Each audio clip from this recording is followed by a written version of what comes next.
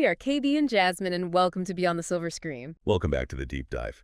You know, I always get excited for our deep dives into cinema, and today is no different. We're going to explore the work of Roger Deakins, Oh, a fantastic. true master of visual storytelling. But you know, instead of just kind of listing his techniques, Yeah. like I think we want to ask a bigger question. Like, how does Deakins use light, Yeah. shadow composition, all those tools of the trade to make us feel something? Yeah, that's a great question. I think it gets to the heart of what makes Deakins so special.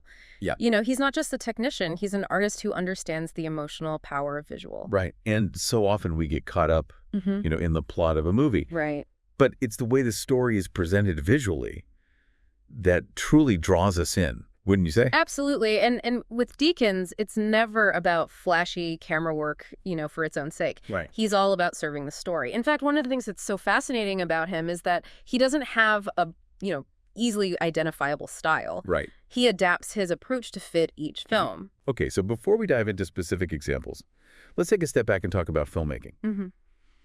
As the collaborative art form, Mm-hmm.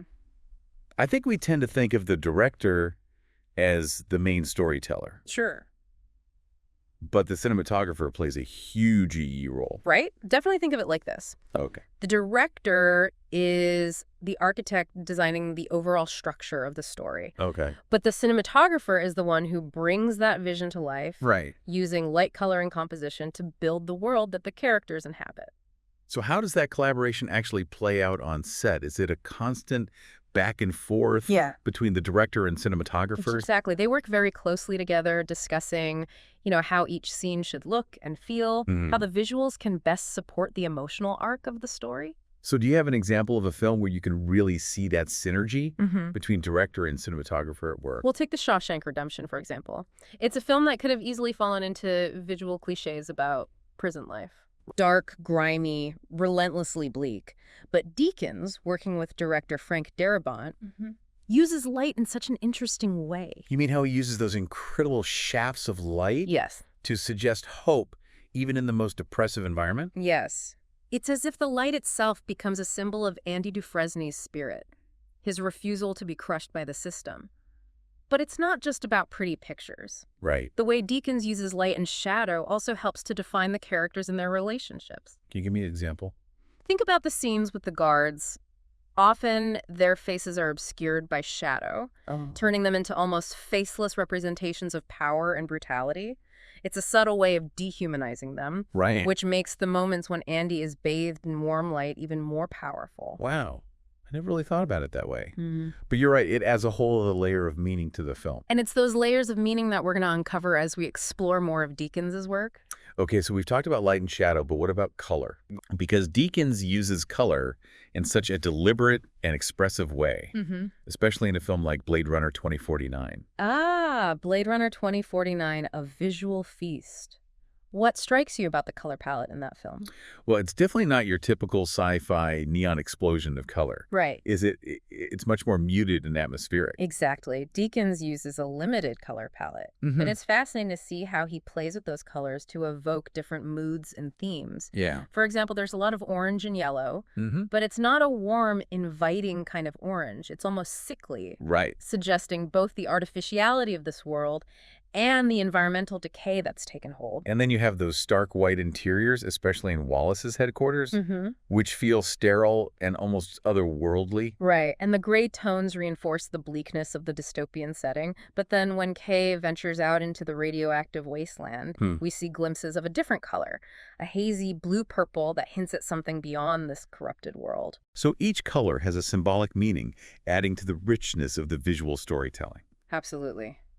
And this mastery of color is another hallmark of Deakins' work. Well, from the oppressive darkness of Shawshank to the hazy color-coded future of Blade Runner 2049, we're already seeing the range of Deakins' artistry. Yeah. Now I'm even more curious to see what he does with a film like Prisoners, Right. which I know has a completely different visual style. Prisoners is a fascinating example of how Deakins uses visual language to create a sense of unease and claustrophobia, perfectly mirroring the desperation of the parents searching for their missing children. I remember that feeling of dread that permeates the entire film. Yeah. How does he achieve that visually? Well, think about the color palette. Desaturated, cool tones that drain the world of warmth and vibrancy. Mm-hmm. And then there's the framing. Deakins frequently frames characters within doorways or uses blurred foreground elements, Yeah. creating a sense of being trapped, of always being watched. It's like we, the audience, are experiencing that same feeling of claustrophobia. Uh-huh. Right along with the characters. Precisely. And that's the genius of Deakins. He doesn't just show us what's happening, he makes us feel it. This is amazing. Hmm? We've only just begun to scratch the surface of Deakins' work. Mm-hmm. And I already feel like I'm seeing movies in a whole new light. Well, buckle up because we're just getting started. There's so much more to explore when it comes to Roger Deakins Yeah. and his incredible talent for weaving emotion into every frame. I can't wait. We'll be right back after a quick break. Sounds good. All right, see you in a second. Yep. And as we delve deeper into Deakins' filmography, I think you'll start to notice how he uses specific camera techniques to further enhance the emotional impact of his storytelling. Okay, so we've talked about lighting, color composition. What are some of the camera techniques that Deakins is known for? Well, one of his signature techniques is his preference for steady camera movements and minimal camera work. He's not a fan of flashy, attention-grabbing shots. Right. Instead, he lets scenes unfold naturally, often using long takes that allow the viewer to really settle into the moment. So it's about creating a sense of realism and immediacy, almost like we're right there in the room with the characters. Exactly. And by avoiding unnecessary camera movement, he keeps the focus on the performances and the emotional nuances of the scene. That makes sense. It's like when you're reading a really good book. Mm-hmm. And you get so absorbed in the story that you forget you're even reading. Right. Deakins' camera work seems to have that same effect. And I think that's a great analogy. And speaking of being drawn into the story, Deakins is also a master of establishing wide shots to immerse the viewer in the world of the film. Oh, you mean those breathtaking shots that give you a sense of the scale and scope of the setting? Yes. Think about the opening shot of Blade Runner 2049 with that vast, desolate landscape stretching out before us. Yeah. It instantly sets the tone for the entire film. That's true. Yeah. It's like he's inviting us to step into that world and explore it alongside the characters. And then when he wants to shift our attention to a specific detail or create a sense of unease, he'll use a technique called a focus pull. A focus pull. I'm not familiar with that term. So a focus pull is a subtle shift in focus that guides our eye to a particular object or character within the frame. Okay. It can be used to connect objects to the narrative or to foreshadow events, often in a way that we don't consciously register, but that has a powerful subconscious effect. Could you give me an example of how that works in one of Deakins' films? Well, in Prisoners, there's a scene where the detective Loki is interviewing a suspect in a cramped trailer. Mm-hmm. As Loki questions the man, the focus shifts to a blurry object in the foreground, Okay. which gradually comes into sharp focus to reveal a crucial piece of evidence. So it's not just about what we see, but also about how we see it. Precisely. Deakins is constantly playing with our perception, using focus framing and movement to create a visual language that speaks to us on an emotional level. It's amazing how much thought and intention goes into every shot. Mm-hmm. It really elevates filmmaking to an art form. And that's what sets Deakins apart. He's not just capturing images, he's crafting a visual narrative that works in harmony with the story, the performances, and the music to create a truly immersive and unforgettable experience. You know, we've talked a lot about the technical aspects of Deakins' work, but I'm also curious about his philosophy. What drives him as an artist? Well, Deakins has said many times that he sees himself as a storyteller, first and foremost. He believes that the cinematography should always serve the story. Right. And that the visual should never distract from the emotional core of the film. That's so refreshing to hear in a world where so much filmmaking is about spectacle and visual effects. Right. Deakins is all about substance and emotional impact. And he's also a strong advocate for collaboration. He works closely with the director and the other creative departments to ensure that everyone is on the same page and that the visuals are supporting the story in the most effective way possible. Like he's the conductor of an orchestra, bringing all the different elements together Yeah. to create a harmonious whole. That's a perfect analogy. And his collaborative spirit is one of the reasons why he's been so successful. He's worked with some of the greatest directors of our time, from the Coen brothers to Sam Mendes to Denis Villeneuve. Right. And he's always brought something unique and special to their films. It's like he has this amazing ability to adapt to different styles and genres, Yeah. while still maintaining his own signature approach to visual storytelling. Exactly. And that's what makes him such a fascinating subject to study. He's constantly evolving and pushing the boundaries of what's possible with cinematography, but he never loses sight of the story he's trying to tell. So what can aspiring filmmakers learn from Roger Deakins? What advice would he give to someone who wants to master the art of visual storytelling? Well, Deakins has always emphasized the importance of understanding light. He says that light is the most powerful tool a cinematographer has, Hmm. and that mastering the interplay of light and shadow is essential for creating mood, atmosphere, and emotion. It's like light is the paintbrush, Yeah. and the cinematographer is the painter using light to create a visual masterpiece. That's a great way to put it. He also encourages filmmakers to be observant, to study the world around them, and pay attention to how light falls on objects and how shadows change throughout the day. It's almost like being a visual detective, constantly searching for clues and inspiration in the everyday world. And, perhaps most importantly, he stresses the importance of being true to yourself and telling the stories that you're passionate about. Hmm. He believes that the best filmmaking comes from a place of personal vision and authenticity. Don't try to imitate other filmmakers or chase trends. Find your own voice and let it shine through your work. Exactly. Deakins is a shining example of the power of individuality and the importance of following your own creative path. Well, I have to say, this deep dive into Deakin's work has been incredibly inspiring. Mm-hmm. It's made me realize just how much power a cinematographer has to shape our emotional experience of a film. And we've only just scratched the surface. There's so much more to discover in his filmography. I'm ready to keep exploring. But before we do, I think it's time to address something we mentioned earlier. Okay. Deakin's preference for minimal camera work. It's interesting because in an era of flashy CGI and elaborate action sequences, his approach almost feels like a counterpoint to the prevailing trend. You're right. It is a bit of a contrast.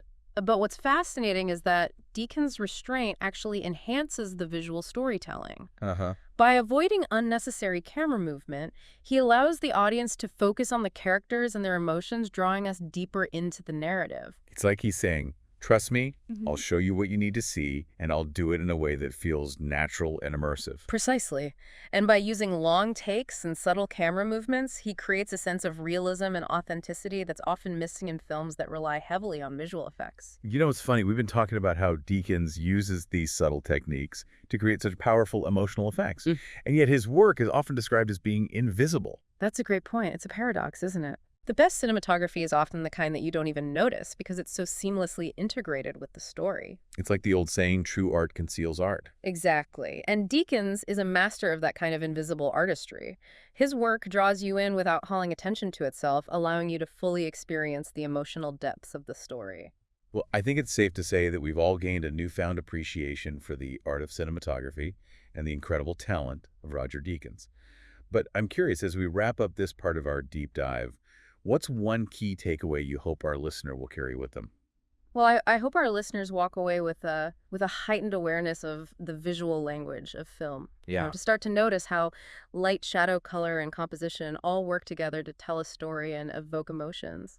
And to appreciate the fact that every shot in a film is a deliberate choice, carefully crafted, to create a specific effect. It's like a puzzle, isn't it? Yeah. All those individual pieces fitting together to create a larger picture. Precisely. And once you start to see those individual pieces, you begin to understand the artistry behind the craft of filmmaking. You start to see movies with a new level of depth and appreciation. You know, it's funny. Before this deep dive, I knew that Roger Deakins was a great cinematographer. I mean, he's won countless awards, including 2 Oscars, Right. but I don't think I truly grasped the depth of his talent until now. Yeah, it's true. His work speaks for itself, but sometimes it takes a closer look, a deeper dive into the nuances of his craft to fully appreciate his genius. And one thing that keeps coming back to me is this idea of invisible artistry that we were talking about earlier, how Deakins manages to create such a powerful impact without drawing attention to himself. It's a testament to his skill and his humility as an artist. He's not interested in showing off. He's interested in serving the story. And he does that by creating a visual world that feels so real, so immersive that we forget we're watching a movie. It's like we're transported to another place in time, fully absorbed in the lives of these characters. And that's the magic of cinema, isn't it? The power to transport us, to make us feel things we might never experience in our own lives. And Roger Deakins is a master of that magic. He's a visual storyteller of the highest caliber, and his work will continue to inspire and amaze audiences for generations to come. I couldn't agree more. Well, I think it's safe to say that we've covered a lot of ground today. We've explored the collaborative nature of filmmaking, delved into the technical and emotional aspects of Deakins' work, and even touched on his philosophy as an artist. Yeah, it's been a fascinating journey, and I hope our listeners have enjoyed the ride. I'm sure they have. Mm-hmm. And I'm confident that they'll never watch a movie the same way again, because once you start paying attention to the visual details, the way light and shadow play across the screen, the subtle shifts in color and composition, you realize just how much goes into creating a truly cinematic experience. Absolutely. It opens up a whole new world of appreciation for the art of filmmaking. Well, on that note, I think it's time to wrap up this deep dive. But before we do, is there anything else you'd like to add? Any final words of wisdom for our listeners? Just this. Keep exploring, keep watching movies, and keep asking questions. The more you engage with the visual language of cinema, the more you'll discover the richness and depth of this incredible art form. Well said. And who knows, maybe you'll even be inspired to create your own cinematic masterpieces someday. That would be wonderful. All right, folks, that's a wrap on our deep dive into the world of Roger Deakins. Thanks for joining us, and until next time, keep those creative sparks flying.